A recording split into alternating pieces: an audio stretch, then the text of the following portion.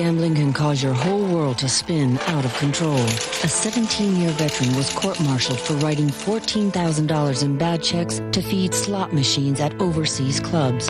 Even with a spotless record, she lost 2 stripes and was jailed for 60 days, leaving her finances a wreck, her unit shorthanded, and her career in shambles. If you feel gambling is taking over your life or the life of a family member, see your chaplain or family center for help.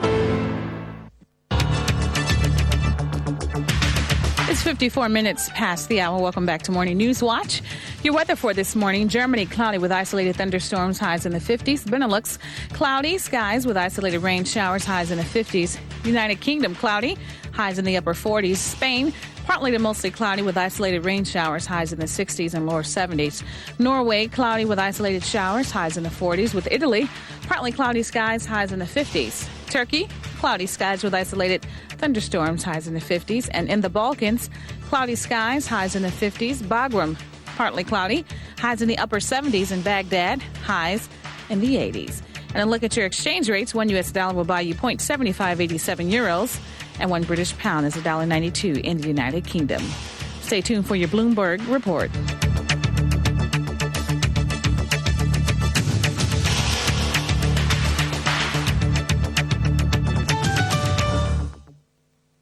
Stocks rise as oil prices fall for a third day. I'm Kevin Thrash from Bloomberg Radio in Tokyo.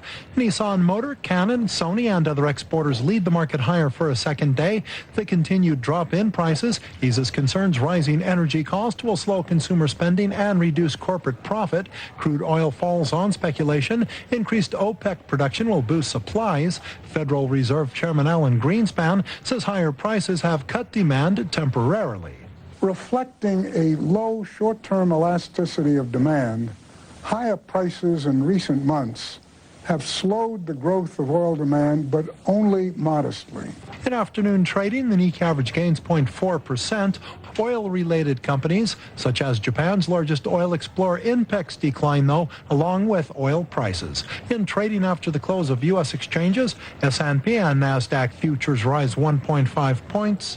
That's a Bloomberg Market Minute. I've been working for Army Emergency Relief for almost 4 years now, and it's really gratifying. When things get a little rough for one of our service members, it's nice to be able to lend a hand. I mean, we've all been there. Things are going pretty good, and then the car breaks down, or someone gets sick back home, or whatever. Those situations are what Relief and Aid is all about. And here's a tip. If you go to your supervisor, he or she can help get the process moving a little quicker. Visit your local Relief and Aid Society. Good people to know when life takes an unexpected turn. Talking to teens about suicide. I'm Bill Greenwood, and this is the ABC News Journal. Each year, more than 3 million American teenagers think seriously about taking their own lives. An estimated 1.7 million actually try to kill themselves every year, and 1,600 succeed. So suicide prevention has become a major initiative in schools and colleges. Hundreds of schools conduct suicide screenings to identify young people at risk, but most do not, often afraid of possible lawsuits if the worst ever happens. There's also concern that talking about suicide with a psychologically troubled young person might push them over the edge. But a study in this week's Journal of the American Medical Association rejects that theory. Researcher Madeline Gould of Columbia University and the New York Psychiatric Institute found that asking teens about suicide does not make them more likely to contemplate such action. Her study asked 2,300 students whether they had considered suicide and whether they thought it would be better if they were dead. Participants were then scored on their emotional responses, and teens with previous suicidal attempts actually had fewer thoughts about the subject after talking about it. Mental health experts hope findings like this will make parents and school officials more willing to broach the subject with troubled teenagers. I'm Bill Greenwood, ABC News. Two kinds of epics. I'm Michael Weinfeld with the Entertainment Report. It felt epic in the exact opposite way. Rosario Dawson filmed two epics back to back, but they couldn't have been more different. Everything in Alexander was real, while everything in Sin City was fake. We were actually on location in Morocco and in Thailand, and we actually had camels and elephants and all of these things. Suddenly I'm in this room with absolutely nothing but my outfit. They're going to be mortified. I'm the stupid white woman. And that's not the only reason Andy McDowell's kids will be mortified watching their mom in beauty shop. She also dances like a white woman, too. McDowell swears she was dancing that way for comic effect. I like to believe that I can get down. And I used to take African dance lessons, too. So I like to think I have a little rhythm inside of me. I may be all wrong, but it doesn't matter because I think it. We ran a great race. I mean, there's nothing else we could have done. There's one more thing for Deanna and Ray to do now that they're out of the amazing race. Plan an amazing wedding. They've gotten engaged. Deanna wants to run down the aisle with their backpacks on. I'm Michael Weinfeld.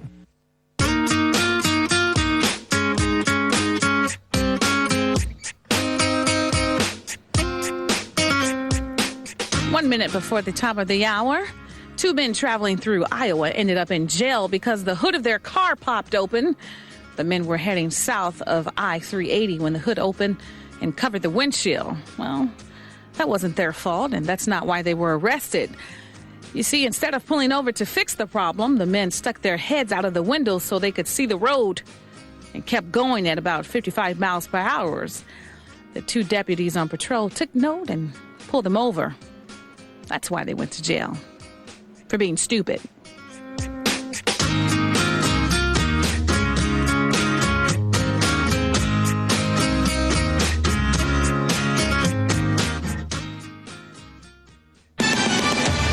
It's 7 o'clock Central European Time. This is AFN's Morning News Watch. Good morning to you. I'm Army Sergeant Prashant Allen reporting from the AFN News Center right here in Mannheim, Germany. Here's this morning's top news. The commander of the United States Army Europe visited Vicenza, Italy to cut a very special ribbon for the Southern European Task Force community. Army Sergeant Luke Wack tells us more. You, sir, Commander General B.B. Bell cut the ribbon on the Dr. Frank Benincasa Mother and Infant Pavilion with a little help from friends. The commander of Europe's Regional Medical Command, Brigadier General Carla Holly Boland, and Dr. Benincaso's widow, Liliana Benincaso, helped General Bell cut the ribbon.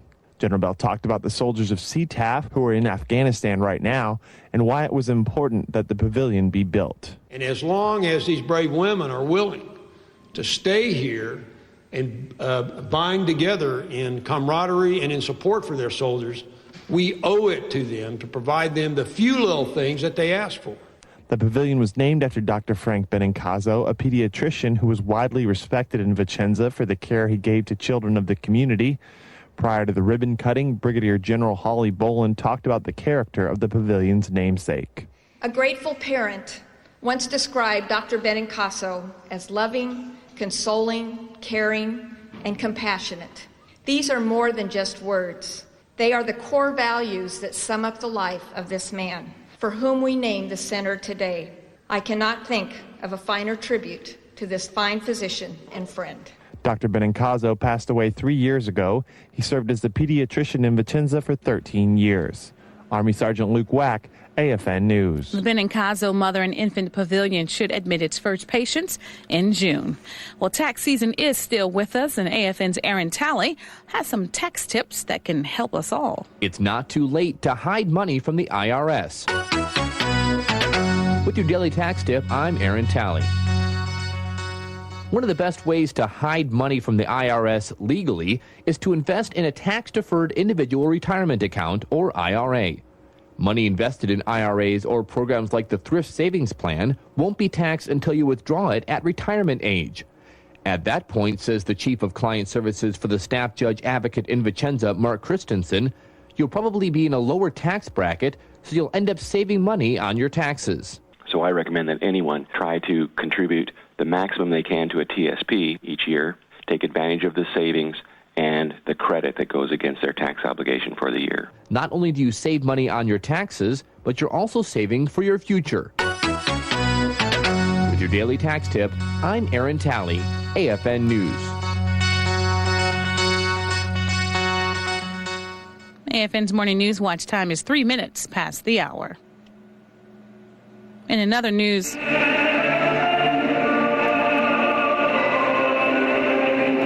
City officials in Rome say about 15,000 to 18,000 people per hour filed past to see the Pope. The wake takes hours, and hundreds of thousands of people are in a line that lasts for miles in St. Peter's Square. Today, the White House announced that in addition to President Bush and the First Lady, former President George Bush and former President Bill Clinton, Secretary of State Condoleezza Rice will be in the U.S. delegation to the Pope's funeral. Former President Jimmy Carter will not be there. He bowed out to allow others to attend after finding out that the delegation would be limited to 5 people. By the year 2008, all Americans will need a passport or other secure travel documents to re-enter the United States from Canada, Mexico, or other places within the Western Hemisphere. The federal government announced the changes in an effort to tighten border security. National Public Radio's Pam Fessler. The changes will be phased in over several years, according to officials with the Departments of State and Homeland Security. By the end of this year, passports will be required for Americans who enter the United States from the Caribbean, Bermuda, and Central and South America. By the end of next year, the requirement will apply to those entering from Canada and Mexico by air or sea. All land crossings will be covered by the end of 2007. Right now, Americans can re-enter from those countries with a driver's license or proof of citizenship. Under the new rules, Canadians will also be required to show passports to enter the U.S. Officials say some alternative documents, such as border crossing guards frequently used by Mexicans, will be allowed as well. Pam Fessler, NPR News, Washington. And for your weather watch this morning, North and Central Europe, cloudy with isolated thunderstorms, highs in the 50s, upper 60s rather. Italy, partly cloudy to sunny skies, highs in the 50s and lower 60s. Turkey, sunny to partly cloudy with isolated thunderstorms, highs in the 50s. And for your exchange rates, available at your military community bank or your credit union, $1 US will buy you 0.7587 euros, 1.14 Swiss francs, 5.49 Danish krone, and 1 British pound is $1.92 in the United Kingdom. Morning News Watch time is now 5 minutes past the hour. And up first in your World Wrap today, Israel's vice premier is heading to Washington to discuss the pullout from the West Bank and Gaza. He's also seeking U.S. financial help. Shimon Peres says Israel should speed up peace efforts and stop expanding settlements. Security forces stormed a wall compound where Islamic militants had been barricaded for days, ending the kingdom's largest gun battle yet and killing 14 armed extremists, including top leaders in the Saudi branch of al-Qaeda. The United Nations handed prosecutors from the International Criminal Court thousands of documents and a list of 51 people to be investigated for alleged war crimes in Sudan's Darfur region. UN officials moved quickly to provide possible evidence to prosecutors following a vote by the Security Council to refer cases of alleged rape, mass killings, village burnings, and other atrocities to the world's first permanent War Crimes Tribunal. The time is now 6 minutes past the hour. That's a look at your World Wrap. President Bush was in West Virginia trying to keep his campaign to overhaul Social Security rolling ahead, and he added some theatrics to his sales pitch. National Public Radio's David Green. The president made the trip to Parkersburg, West Virginia, because it's home to the Federal Bureau of Public Debt. He stood for photos next to a large filing cabinet full of U.S. Treasury bonds. It was something of a presidential prop. Mr. Bush explored the contents of one of the drawers. Then he turned to reporters and said Americans think there's a $1.7 trillion Social Security trust fund full of actual money that awaits people when they retire. In fact, he said, the trust fund is just IOUs, symbolized by the bonds inside the filing cabinet. This shows, Mr. Bush argued, that Social Security is not as financially healthy as some would think and needs to be overhauled. David Green, NPR News, with the president in Parkersburg, West Virginia. And there is still a push for the Patriot Act. The Bush administration today urged Congress to renew the controversial USA Patriot Act in its entirety. Attorney General Alberto Gonzales told the Senate Judiciary Committee that the law has been an extremely useful tool in combating terrorism. He signaled he might consider small changes to the act that some critics say allows intrusive searches of information on individual Americans. 2 senators plan to reintroduce legislation designed to put restraints on major parts of the Patriot Act. In other news, Peter Jennings has announced that he has lung cancer. His voice was raspy, but his attitude was upbeat. Jennings told his viewers he has lung cancer and will undergo chemotherapy next week. Jennings says there will be nights when his voice will sound better and that he plans to work as much as he can. Jennings has been ABC's chief anchor since 1983. Well, spirits are high at the University of North Carolina after the Tar Heels won the national title.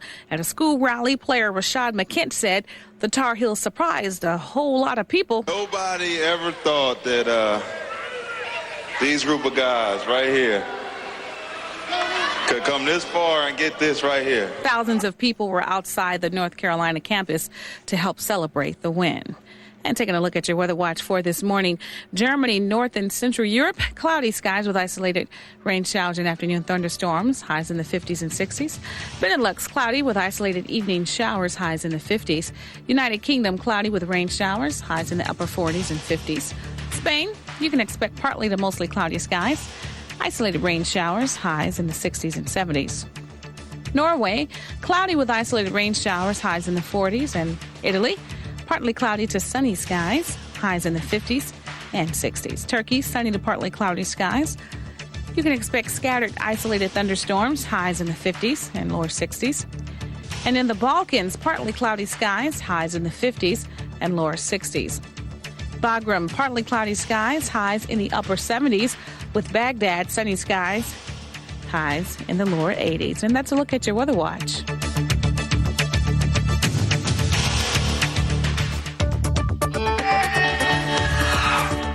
And in your exchange rates, available at your military community bank or credit union, one U.S. dollar will buy you 0.7587 euros, 1.14 Swiss francs, 5.49 Danish kroner, and a British pound is $1.92 in the United Kingdom. Also, one U.S. dollar will buy you 1.37 new Turkish lira, 23.30 Czech Republic krone, 192.30 Hungarian forint, and 3.20 Polish zloty. The time is now 10 minutes past the hour. Stay tuned for Kim Commando. Last week, the United States Supreme Court heard arguments centering around one of the most important computer cases ever, and the outcome will affect us all. I'm computer pro Kim Commando. All right, where to begin?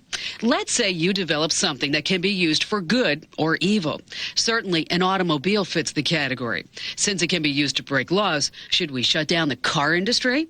Well, last week, the Supreme Court listened to a case about software. This software can be used to rapidly transmit video and sound over the internet. It's a real breakthrough. But it can also be used to allow pirates to easily send bootleg movies and hit records over the web, too. And that's why Hollywood wants to stop the makers of the software. The question comes to this. If someone uses a car illegally, do we sue the automakers or do we go after the driver? If the court rules any other way, it will close the door to so many future software and internet breakthroughs. I'm computer pro Kim Commando. Click Kim Commando 24/7 on the web at commando.com. KOMANDO.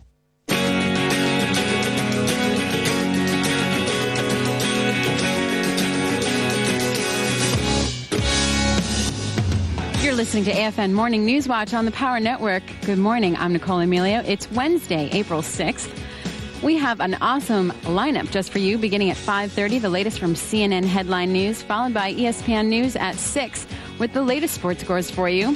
And your primetime kicks off at 6:30 with AFN Evening News, Real People, Real News. And here's your TV lineup. That 70s Show, The Simple Life, Extreme Makeover Home Edition, and then Lost. CNN is back at 10, followed by the AFN Evening News Late Edition, The Tonight Show with Jay Leno, and David Letterman ends the night with The Late Show. That's a look at what's coming up for you on AFN Atlantic Television. Have a great day.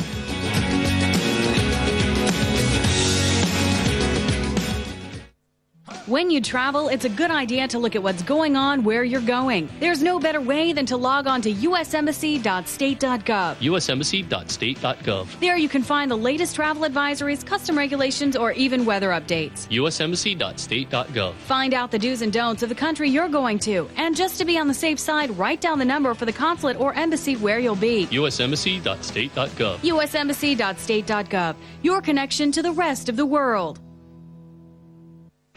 Force Protection Man! Force Protection Man! Force Protection Man! Hey, honey, you see my Cowboys jersey? It's right there on the floor where you left it! What do you need it for? Just going downtown. Stop! Force Protection Man. Don't wear clothes that identify you as American. College shirts, unit hats, even sports teams shouldn't be worn out in town. Even my favorite Cowboys jersey. With the way they're playing, do you really want to be wearing that anyway? Hey, what are you Remember, force protection starts with you. Okay, people, we're in trouble. We need a way to get single soldiers into a program. The program should let them know there's opportunities for soldiers to get out and make a difference in their community. Any ideas? Sir, how about the BOSS program? Better opportunities for single soldiers. They provide an active voice for single soldiers at the installation where they serve. How about this? The BOSS program. They provide an active voice for single soldiers at the installation where they serve. Excellent idea, sir. I just said that. Yes, but you didn't say, BOSS, an Army MWR program. Check to see if it's right for you. Department of Defense dependent schools work hard to ensure that your child receives a quality education while living overseas. To find out more about DOD's Europe programs and curriculum, visit www.eu.dodea.edu. You'll find information about everything from student services and special education to school policies and transportation. Visit www.eu.dodea.edu and learn more about your child's education. DODS, helping communities invest in success for all students.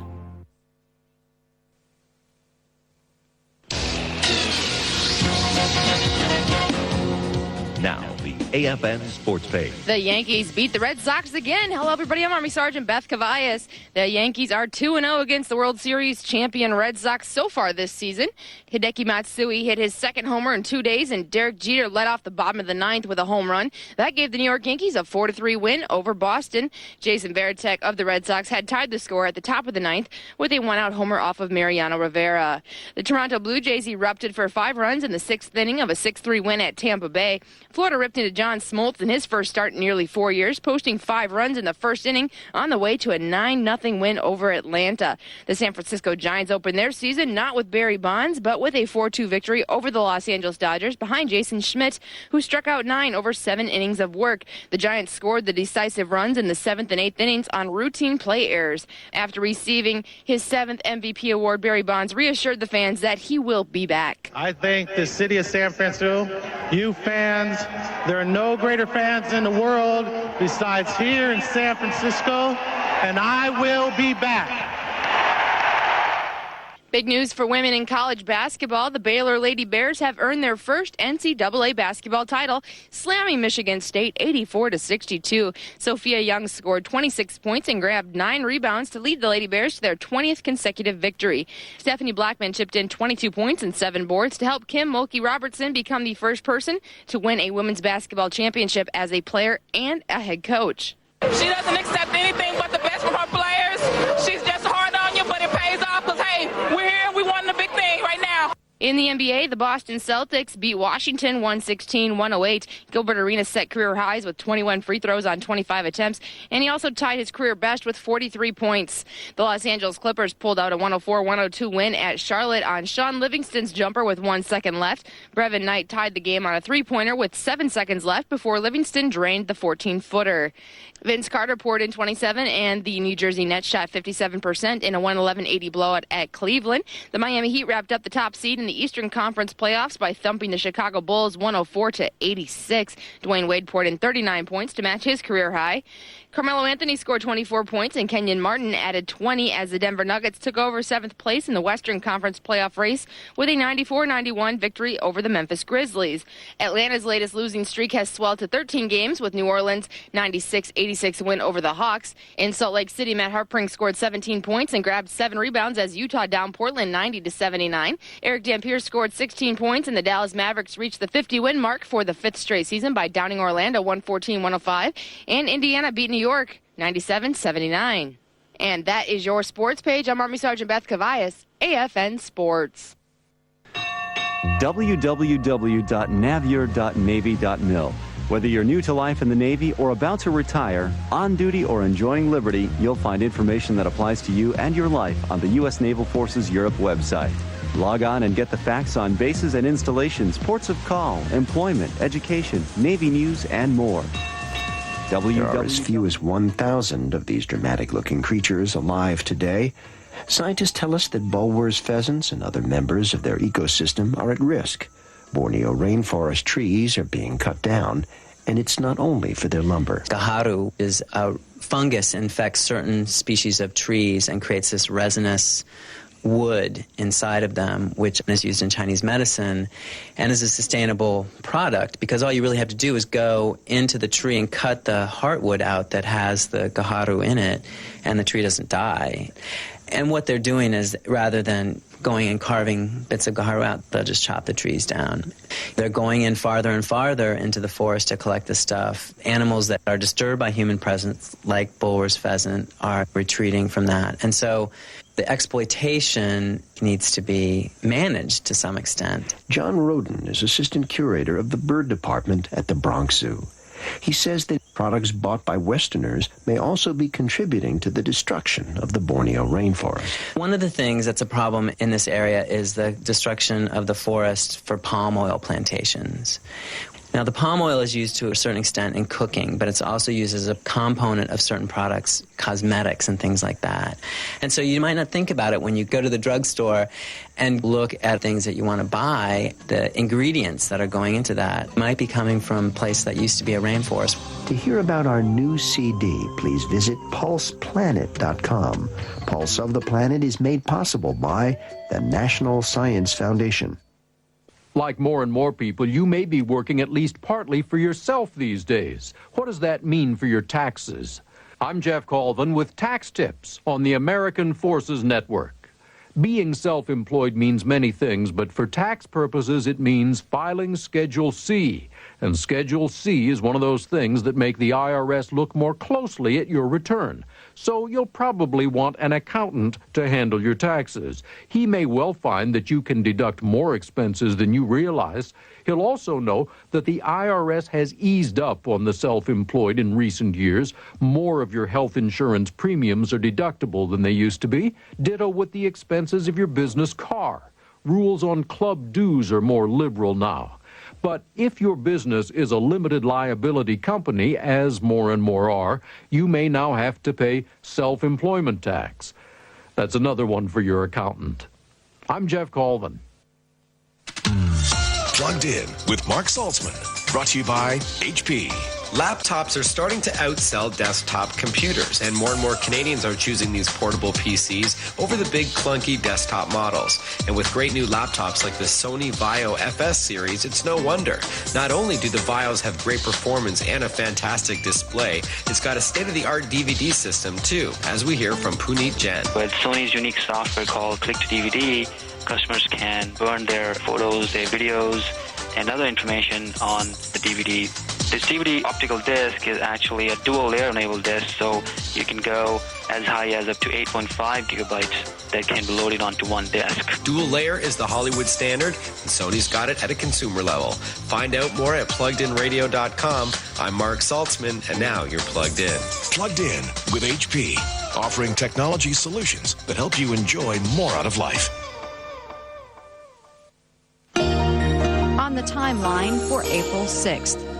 On this day in 1862, a Confederate surprise attack caught Union troops unprepared at Shiloh on the Tennessee River. 13,000 Federal troops died in the bitter two-day struggle that followed. On April 6, 1917, President Woodrow Wilson signed a declaration of war with Germany, committing U.S. forces to the Allied cause in World War I. On this day in 1989, U.S. military forces were ordered to help clean up a massive oil spill off the Alaska coast after the tanker Exxon Valdez ran aground. On April 6, 2003, the 3rd Infantry Division built up its forces at the newly renamed Baghdad International Airport, while some of the division's armored columns moved into Baghdad and battled the Iraqi resistance. Later that day, the first U.S. C-130 transport plane landed at the airport. For April 6th, that's the timeline. The AFN Evening News. Good evening, and thanks for staying up with us. With Dee Dee Cordell. Conflicts. There are some soldiers who distinguish themselves in the line of duty. And Army Sergeant Michelle Johnson. 73rd Airborne Brigade is involved in intensive training with some of With Michelle Michael reporting. Really remember, we just do it because it's something we learned in school. The AFN Evening News on AFN Atlantic, weeknights at 6:30 and 10:24 CET. The website you've been searching for, afneurope.net. Get the weather and your exchange rate. The following rates are available at military banking facilities in Germany. Check out the latest TV and radio schedules. We have a wonderful and awesome television lineup just for you. Listen to our radio news and watch our television stories. Freedom and enduring freedom. And after 4 months downrange, many of them are beginning to return home. All at AFNEurope.net.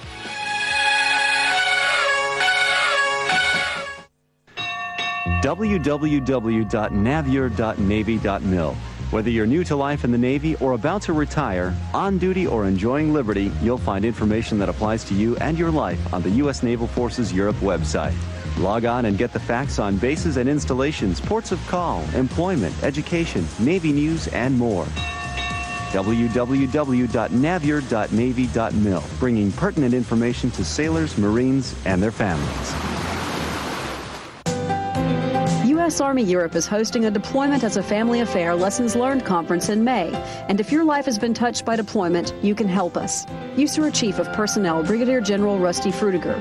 USARA senior leaders want to know how we can improve programs related to family readiness and deployments. We need your input. Click on the FRG feedback link on the USARA homepage and tell us what you think. That's the FRG feedback link at www.hqusara.army.mil. Welcome to this week's USARA News Update. I'm Army Sergeant Pamela Smith. Your artwork could earn you $1,000 in cash. Robert Buchwald explains how your masterpiece could be used to market this year's Land Combat Expo. If you've got some artistic talent, this is your chance to showcase your work and put some cash in your pockets. U.S. Army Europe is sponsoring an art contest to find the perfect backdrop for this year's Land Combat Expo. Your masterpiece needs to stick to the Expo theme, USARA at War Today and Transforming for the Future. Make sure your work of art focuses on USARA's contributions to the war on terrorism, the latest military technology, and preparations for the future. The contest is open to all U.S. ID card holders in the following categories: soldiers, active duty, reserve, and National Guard, DoD civilians, family members ages 13 and up, and retirees. First place winners will receive $1,000 in cash, and your work of art will be the centerpiece of the 2005 Land Combat Expo advertising campaign. To find out how to get involved in the art contest, visit the USARA website and click on the art contest link. You'll also find entry forms and details. With the USARA Public Affairs Office, I'm Robert Buchwald. In other news, a comprehensive no-cost translation service is available to all active duty and reserve soldiers, DoD civilians, and family members within U.S. Army Europe. Army OneSource will now translate documents, flyers, posters, or any other printed material into the language of your choice. To find out how you can receive free translation, visit the USARA homepage and click on the link Family Focused Deployment Information, and then click on Translation Services. And that's it for this week's update. For all your military-related news, check out the USARA website at www.hqusara.army.mil. USARA News Update is a production of U.S. Army Europe Public Affairs, Heidelberg, Germany.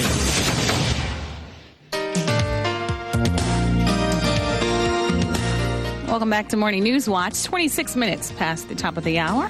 Today's highlight in history: on April 6, 1909, explorers Robert E. Peary and Matthew A. Henson became the first men to reach the North Pole. In 1830, the Church of Jesus Christ of Latter-day Saints was organized by Joseph Smith in Fayette, New York.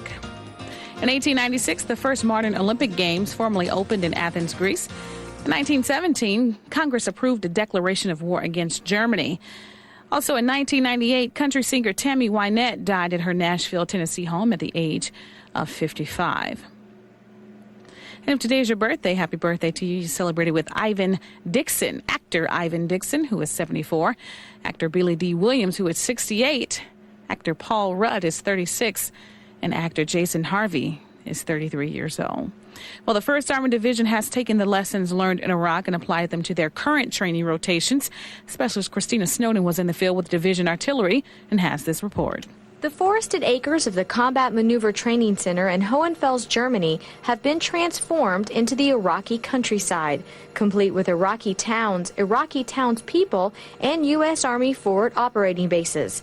1st Armored Division's Division Artillery Combat Team, or DCT, has been in the field for 3 weeks. The training soldiers receive there is designed to improve their traditional combat skills in preparation for the division's next deployment to Iraq. As Assistant Division Commander for Maneuver, Brigadier General Michael Tucker reminds us, the majority of these soldiers were not a part of the division's last deployment. Probably about 60% of the force has already PCS'd out of these units, and so now we're in the retraining phase to re-blue them, if you will. To prepare the soldiers for the reality of combat in Iraq, the training center uses role players to create an active insurgency. So soldiers in the DCT must defend themselves and the Iraqi towns against the insurgents while preparing for major combat. So there was an attack into our area of operations, which we had to defend the towns, and we had to destroy these insurgent formations moving into our area of operations. CMTC training has evolved since the beginning of Operation Iraqi Freedom, and that's not the only thing that's changed. The DCT is itself a new entity. The DVARTI commander, Division Artillery Commander, is normally the division's chief advisor on the use of indirect fires and effects. Division Artillery would not normally be in charge of maneuver battalions, but just like the training center, the 1st Armored Division is changing to meet the realities of today's conflicts. And we were in Baghdad. They actually had command and control of the Division Cavalry Squadron. They conducted patrols around Baghdad International Airport, Bayat. And so they had some maneuver responsibilities downrange. And so we put them into this role up here. For soldiers in the DCT, the time spent in the box at Hohenfels is the most realistic training they can get to prepare them for their time downrange. Specialist Christina Snowden, AFN News. And taking a look at your weather watch this morning, Germany, North and Central Europe, cloudy with isolated afternoon thunderstorms, highs in the 50s. Italy, partly cloudy to sunny skies, highs in the 50s. Turkey, sunny to partly cloudy with isolated thunderstorms, highs in the 50s. And for your exchange rates, $1 US will buy you 0.7587 euros, 1.14 Swiss francs, 5.49 Danish krone, and a British pound, of course, is $1.92 in the United Kingdom. The time is now 30 minutes past the hour. Stay tuned for your CNN report, and we'll be back with your military news. More armored Humvees are needed.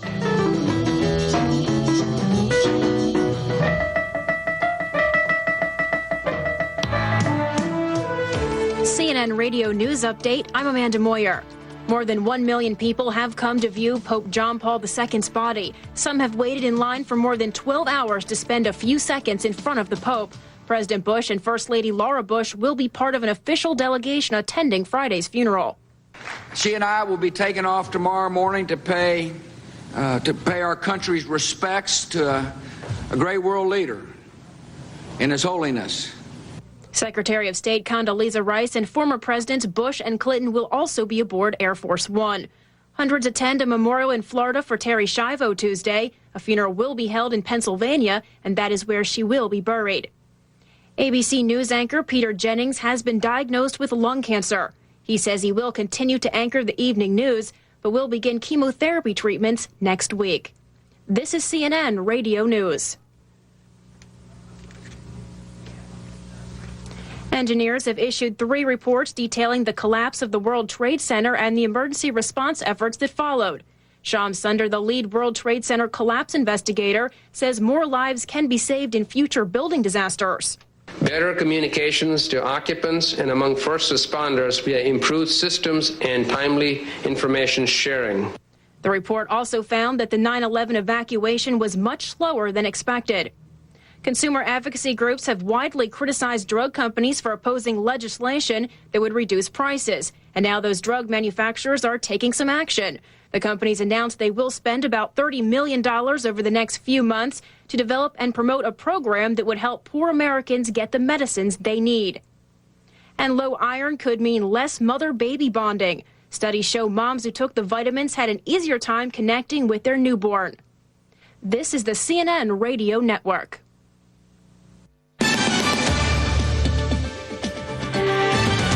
AFN's Morning News Watch continues at 32 minutes past the top of the hour. I'm Army Sergeant Pashan Allen. U.S. commanders in Iraq are again asking the Army for more armored Humvees. It's the fifth time in the year that they've asked for more armored utility vehicles. Army officials say the latest request came last month just as they were reaching the previous target of nearly 8,300 factory-built armored Humvees. Central Command now says it needs more than 10,000 of them for use in Iraq and Afghanistan. How many armored Humvees are needed and the pace of their delivery to the troops has been the most controversial issues of the Iraqi war. The initial target set back in 2003 was for some 1,400 armored Humvees, but it soon became clear more were needed as they became the prime target of Iraqi insurgents, roadside bombs, and rocket-propelled grenades. Iran's president said talks with European nations about its nuclear program were closer to a solution, and he predicted more progress in upcoming negotiations. The United States suspects Iran of using its once covert nuclear program to produce weapons and once shut down. Tehran says its nuclear technology is only to produce electricity. France, Germany, and Britain are trying to negotiate a permanent suspension of Tehran's efforts to enrich uranium, which can be used as both fuel for energy or in nuclear weapons. Iran says its current freeze is only short term. Iraqi officials said ousted dictator Saddam Hussein will be able to watch from his Baghdad jail cell as Iraq's newly elected parliament chooses a new president. That's the next step in building Iraq's first democratically elected government in 50 years. Lawmakers put the finishing touches on an agreement making Kurdish leader Jalal Talabani president. Israeli Vice Premier Shimon Peres says Israel should work hard to build Palestinian prosperity in the Gaza Strip after this summit's Israeli withdrawal. Peres tells the Associated Press, "We have to make peace individual, tangible, and immediate." He also says the Israelis should speed up their peace efforts and stop expanding settlements on the West Bank. Peres, who is heading to Washington, confirmed that he will ask the U.S. to help Israel pay for withdrawing from the Gaza. He did not say how much. And Saudi security forces have seized a walled compound after a three-day gun battle with militants. Saudi state television reports at least 14 of the militants were killed, including top leaders of the Saudi branch of al-Qaeda. 6 others were captured at the villa in Ras, about 220 miles from the capital of Riyadh. And a quick look at your weather watch this morning. North and Central Europe, cloudy skies, highs in the 50s. Italy, partly cloudy, highs in the 50s. Turkey, cloudy and sunny skies, highs in the 50s. And for your exchange rates, one U.S. dollar will buy you 0.7587 euros. Stay tuned now for your Pentagon Channel report.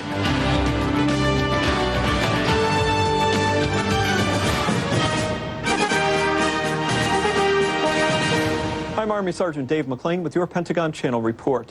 Ceremonies continued Tuesday for Sergeant First Class Paul Ray Smith.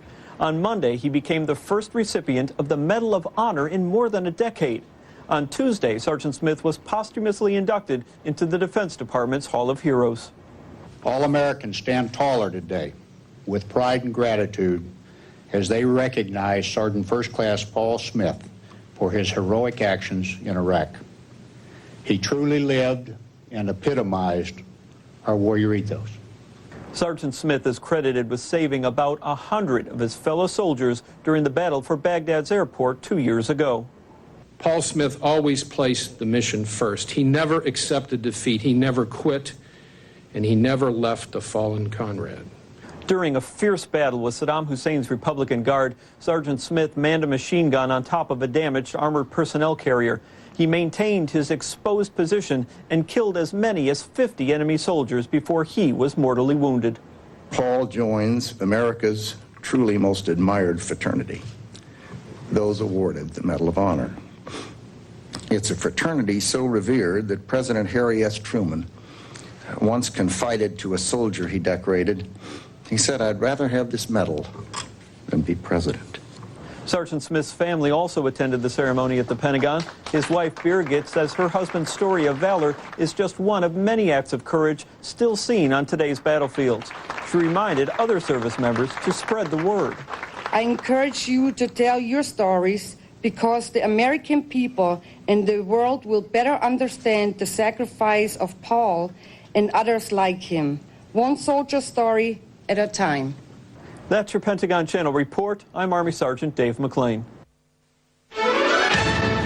From the Air Force Broadcasting Service, this is Around the Air Force. I'm Tech Sergeant Joni Hogsey. After a recent scam where people were being notified by phone and told that a loved one had been seriously injured or worse, killed on deployment, airmen are being encouraged to inform family members about the casualty notification system. Officials say next of kin notification will always be conducted in person by uniformed officers of the same branch of service as the member. Tell family members about the casualty notification team procedures so they can better recognize illegitimate information.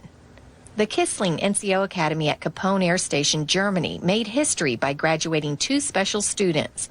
2 Romanian Air Force NCOs attended the U.S. Forces Professional Military Education Program. Tech Sergeant Angie Pienga has our story. Romanian Air Force officials selected the 2 NCOs based on their language and physical training test. Kissling staff placed them in separate flights among the U.S. Air Force students.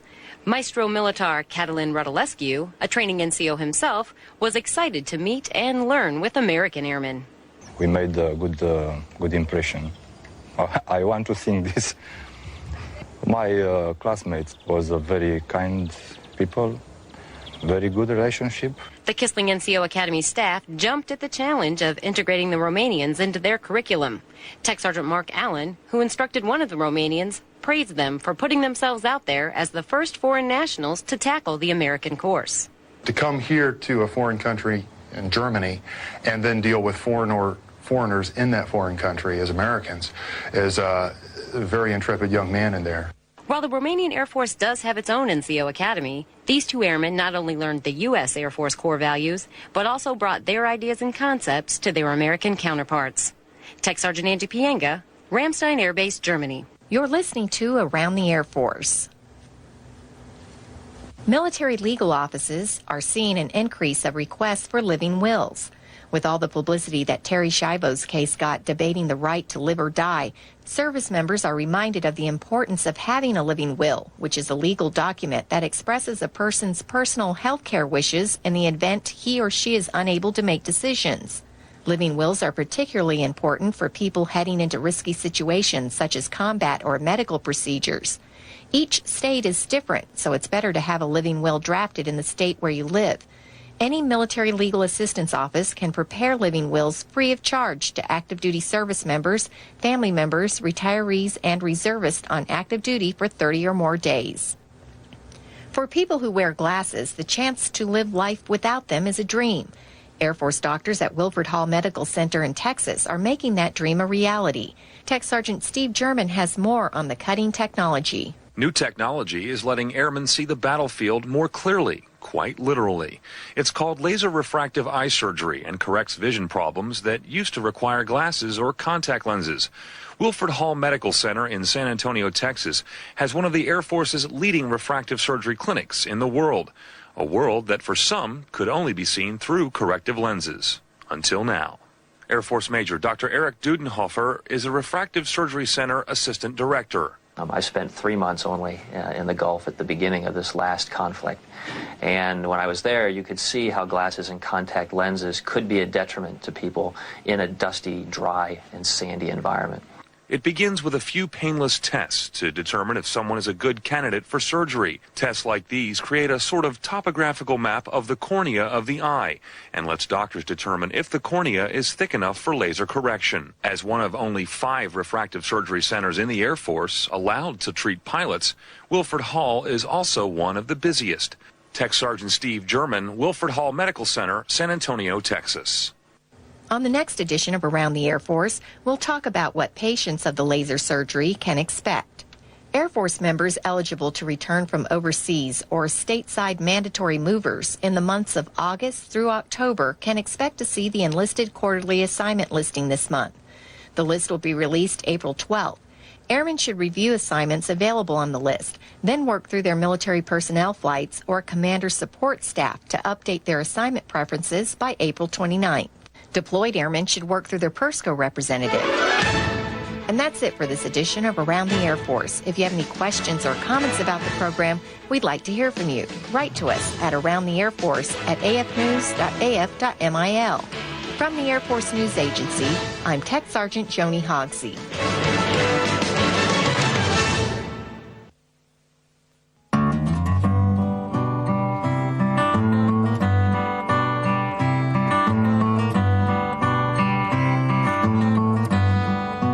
Greetings, verbivores, and welcome to Christy the Wordsmith. We all know a skinflint as a miser, a Scrooge, or a pinch penny. The coinage of this word, though, was inspired by the technology of the flintlock musket. Craig M. Carver, lexicographer and managing editor of the Dictionary of American Regional English, says this about the evolution of skinflint.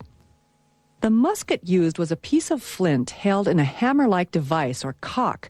When the trigger was pulled, the spring-loaded cock struck the flint against a steel plate or frizzen, creating a shower of sparks. If all went well, the flash of the priming powder in the pan just beneath the frizzen ignited the charge in the bore and fired the weapon. After repeated firings, the flint wore down, causing inadequate sparking. Most riflemen merely replaced the flint, but some penny pinchers skinned or sharpened their flints with a knife. The American writer Washington Irving alluded to this practice with derision. He said, "The fool who, in skinning a flint worth a farthing, spoiled a knife worth 50 times the sum." The Oxford English Dictionary says a skinflint is, quote, one who would skin a flint to save or gain something, an avaricious, penurious, mean or niggardly person, a miser. Skinflint first appeared in print in 1700 and has been a part of our common parlance ever since. From Montana State University at KGLT-FM, I'm Christy the Wordsmith.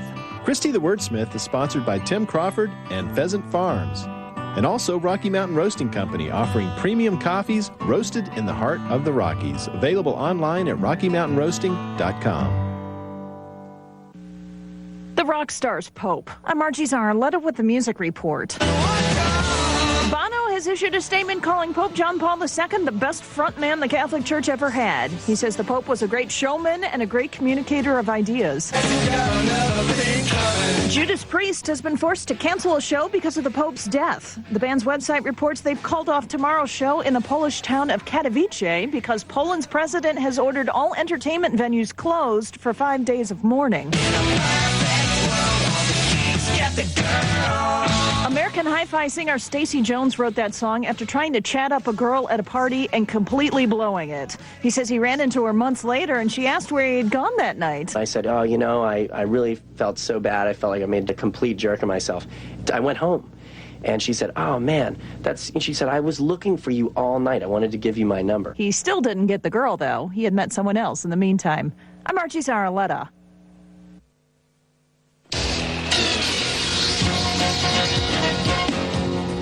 Now, the AFN Sports Page. The Heat clinch the East and the Suns win again. Hello, everybody. I'm Army Sergeant Beth Cavallas with your NBA update this Tuesday. The Miami Heat wrapped up the #1 seed in the NBA's Eastern Conference Tuesday, while the Phoenix Suns moved a step closer to clinching the top seed in the West. The Suns rolled to a 125-99 win over the Los Angeles Lakers, knocking LA out of the playoffs for the first time in 11 years.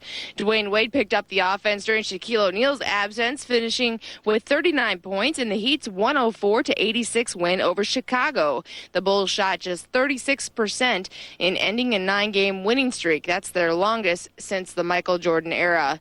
Seattle failed to wrap up the Northwest Division title as Sacramento ripped the Supersonics 122-101. Boston Celtics coughed up a 16-point lead before beating the Wizards 116-108. Dallas strengthened its hold on fourth in the West by topping Orlando 114-105. Indiana is in sole possession of sixth in the East, a game ahead of Cleveland. Steven Jackson scored 33 points on his 27th birthday to lead the Pacers past New York 97-79.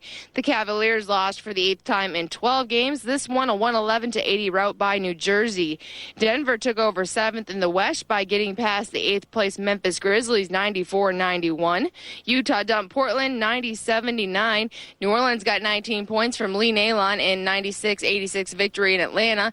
The Los Angeles Clippers beat Charlotte 104-102, and Golden State got Houston 122-117.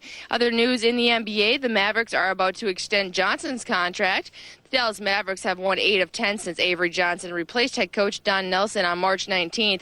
Johnson has earned himself a contract worth about $10 million over the next 4 seasons.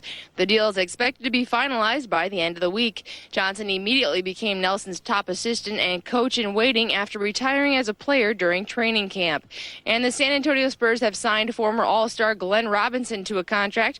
Antoine Jameson was activated by Washington after missing 11 straight games with tendonitis in his right knee.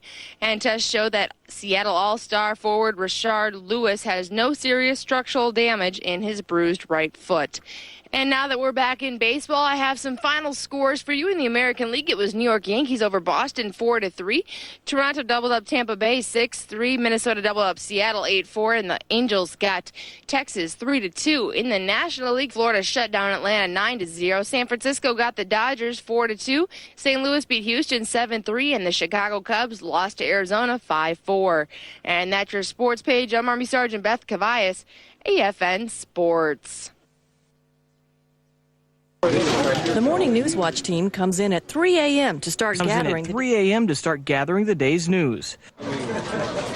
We report on what happens around the world, stateside, downrange. Stateside, downrange, and the news that directly affects our listeners wherever they are stationed. We work hard to make sure we have the most comprehensive. We work hard to make sure we have the most comprehensive newscast for our audience. When we go live at 6, you can be certain you're getting the most up-to-date. You're getting the most up-to-date news and information of the morning. The website you've been searching for, AFNEurope.net. Get the weather and your exchange rate. The following rates are available at military banking facilities in Germany. Check out the latest TV and radio schedules. We have a wonderful and awesome television lineup just for you. Listen to our radio news and watch our television stories. Freedom and enduring freedom. And after 4 months downrange, many of them are beginning to return home. All at AFNEurope.net. www.navier.navy.mil. Whether you're new to life in the Navy or about to retire, on duty or enjoying liberty, you'll find information that applies to you and your life on the U.S. Naval Forces Europe website. Log on and get the facts on bases and installations, ports of call, employment, education, Navy news, and more. www.navier.navy.mil, bringing pertinent information to sailors, Marines, and their families. U.S. Army Europe is hosting a Deployment as a Family Affair Lessons Learned conference in May. And if your life has been touched by deployment, you can help us. USAR Chief of Personnel, Brigadier General Rusty Frudiger. USAR senior leaders want to know how we can improve programs related to family readiness and deployments. We need your input. Click on the FRG feedback link on the USAR homepage and tell us what you think. That's the FRG feedback link at www.hqusar.army.mil.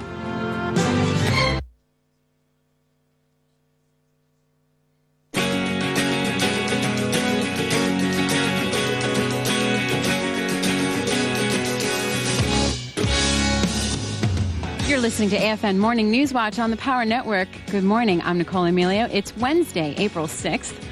We have an awesome lineup just for you, beginning at 5:30, the latest from CNN headline news, followed by ESPN News at 6 with the latest sports scores for you. And your primetime kicks off at 6:30 with AFN Evening News, Real People, Real News. And here's your TV lineup. That 70s Show, The Simple Life, Extreme Makeover Home Edition, and then Lost.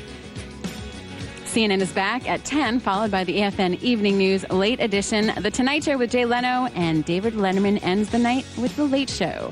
That's a look at what's coming up for you on AFN Atlantic Television. Have a great day. Hey, this is Dave Ramsey, and this is your Daily Money Makeover. Jeff has filed for bankruptcy. Should he tell potential employers about his financial past? My answer next.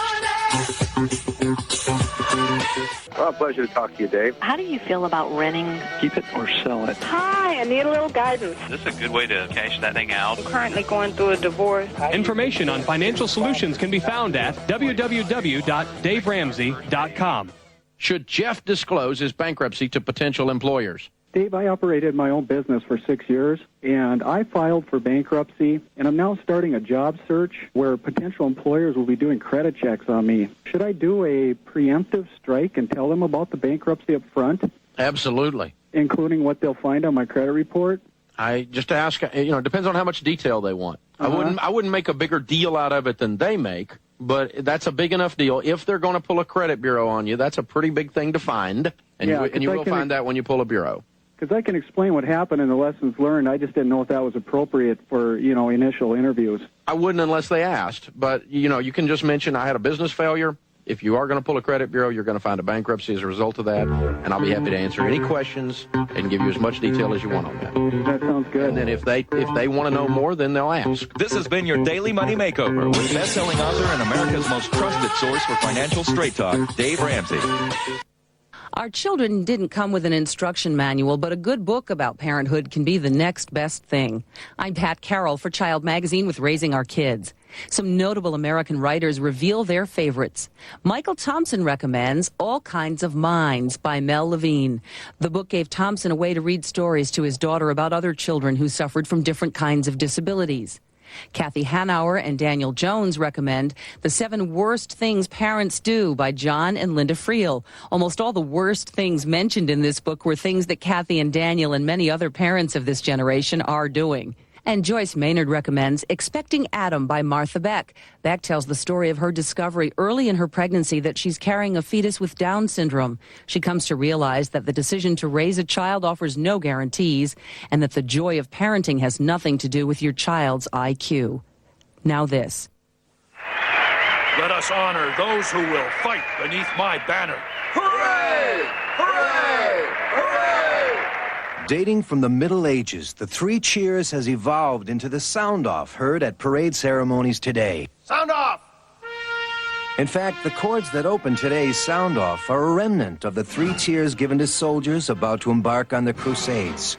The sound-off, an historical part of America's military tradition. With Raising Our Kids, I'm Pat Carroll for Child Magazine on the CBS Radio Network. It's a Madden Minute on Westwood One. The PGA's first major, the Masters, starts this week at Augusta National. The question for John today, what makes the Masters so special? You know that you're going to see the best golfers in the world going against a course that is going to be tough for them.